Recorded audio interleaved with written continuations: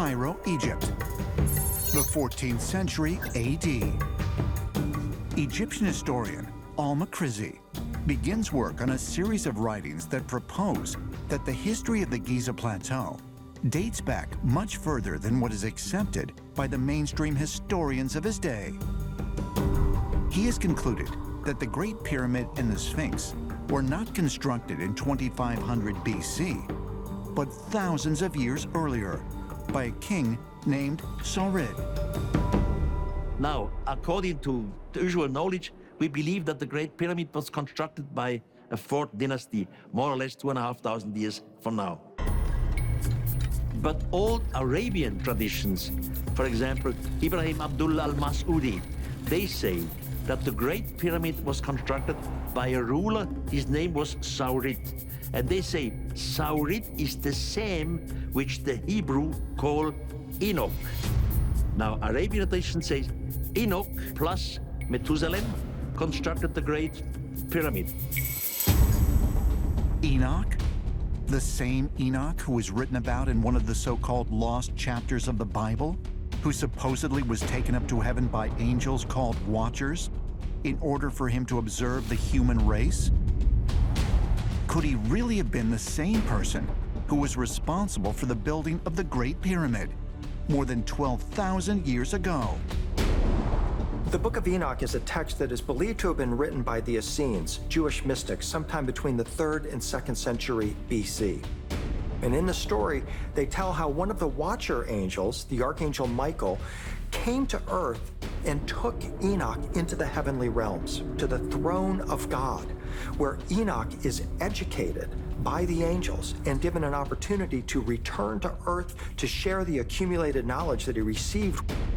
It's very similar to what we see in the pyramid text, where the Pharaoh is taken into the stellar realms, where his body becomes like lightning, where the doors of heaven are opened, and where a human then can be educated by the gods.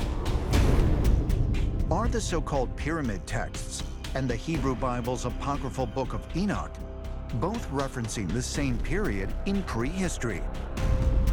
A period where extraterrestrial beings, referred to as gods, ruled the Earth. Ancient astronaut theorists say yes, and believe further evidence can be found by closely examining ancient texts concerning a race of angels that are referred to as the Watchers. In the Bible, there's a very curious passage that speaks about the sons of God who came down from heaven and took daughters of men as brides, from which came forth the mighty ones. They came down with knowledge. Knowledge which we today would understand as technology and science. And they became corrupted. They made matters worse, not better. And this is what led to God's decision to bring the flood. According to the Book of Enoch, the Watchers were sent by God in order to help mankind on Earth. But after a number of these Watchers had sex with human women and produced children in the form of giant mutants known as the Nephilim, God caused a great flood that was intended to destroy them, along with all those who disobeyed his will.